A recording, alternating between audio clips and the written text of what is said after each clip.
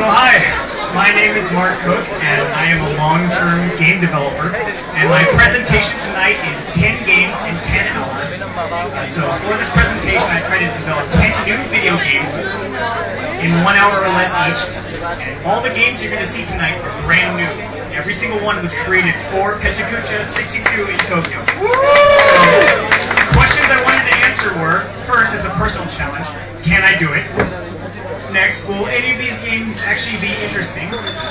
Probably not, but we'll see. And what processes are good for creative work that goes really fast? Quick prototype. And with that, we will go to the first game.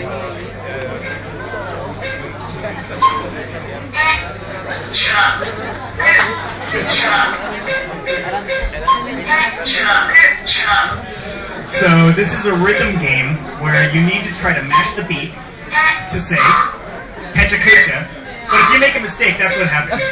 And I've heard that people overseas have had trouble learning how to pronounce Pecha Kucha, so I thought this could help them. Maybe they can play this game.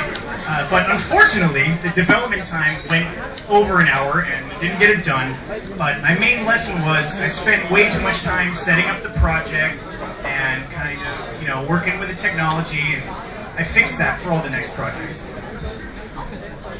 So here's the next game. This is in Nishi Shinjuku, as you may be able to tell here. And the character here is a homeless guy. And you earn points by staring at him. But if he makes eye contact with you, you feel great shame, and then you lose all your points. So, I mean, it's a joke, but at the same time, I used to live in Nishi Shinjuku, and that was kind of the reality that I witnessed there. So again, unfortunately, the development time was too long. So I was kind of getting worried here.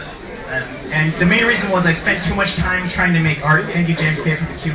I spent too much time trying to draw art myself. I should just pull stuff off the internet. It worked better. I'm not an artist. That was faster.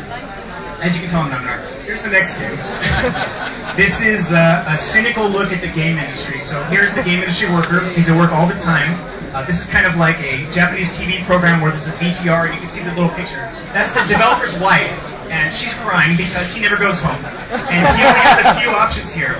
And notice the go home button. If you press that, you get fired from your job, but you also win the game. So think about that. Alright. So this also went for too long. There was too many rule systems, too complex, and I decided that, I was really getting frustrated. Everything was taking too much time. I had to do something about it. I had to find a way to make games quicker. So what did I do? Okay, well, I think you can see my frustration here, right? So here I am yelling into my iPhone, screaming at it. And that wasn't just for fun. This is actually a game. This is called Scream Test. And all it does is measure how long and how powerfully you can yell into your phone. And was I able to develop it in less than an hour? Yes! Find out. Yes! Only 12 minutes this time, so nice and fast. But the surprising thing was that this game sounds so stupid, but it was actually kind of fun. It was fun competing with my friends and being like, okay, let's see who can scream longer into the phone. So it's kind of like these tiny games can actually be kind of fun. So don't always have a big idea. And using the microphone led me to this next game, a new idea.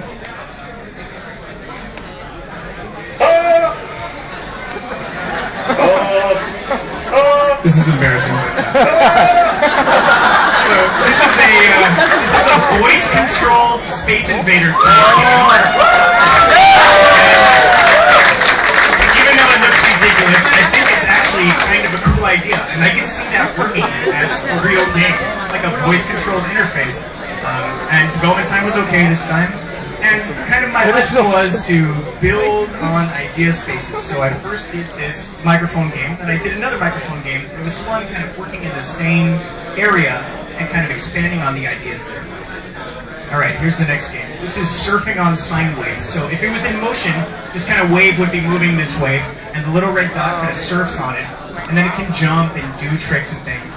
And the cool thing about this is that there was no pre-drawn art. This is completely mathematically generated.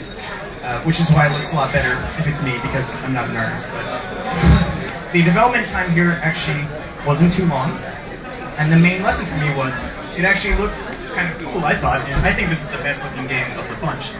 So with a very short amount of time, kind of this procedural method of creating the artwork worked a lot better than actually trying to draw it myself. This is for all the architects here. This is Architris. It's like Tetris, except you've got this blueprint, right?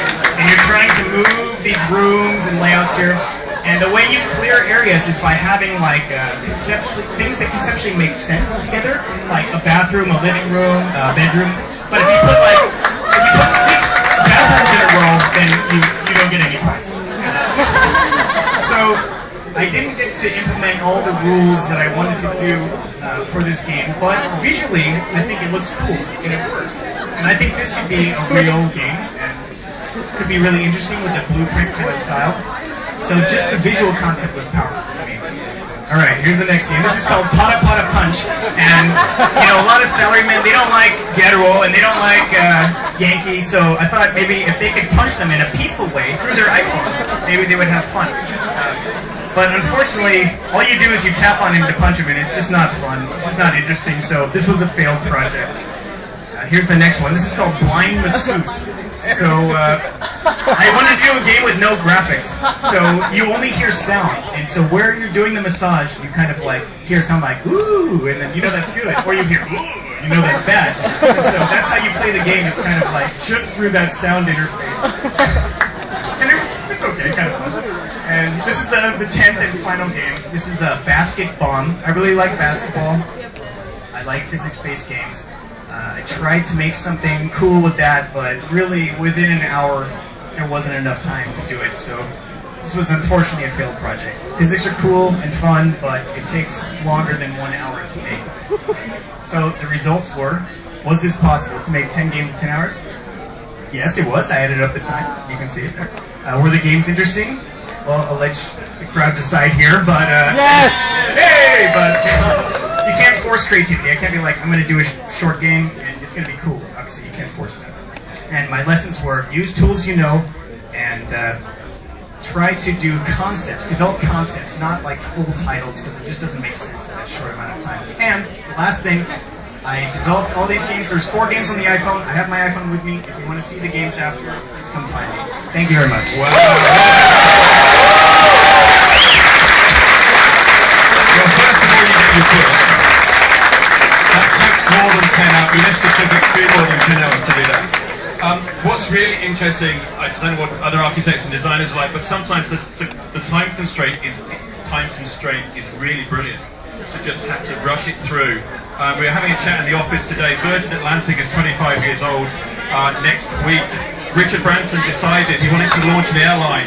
3 months after he said, I'm going to launch an airline, it was flying and got a license. And that is just what amazing, what the energy of time, pressure helps. We want to chat to you, because it was just in San Francisco, and it was like, iPhone app, Pecha iPhone app. How to say Pecha Kucha properly app is a done deal, okay? So we'll chat to you about the licensing. Thank you so much.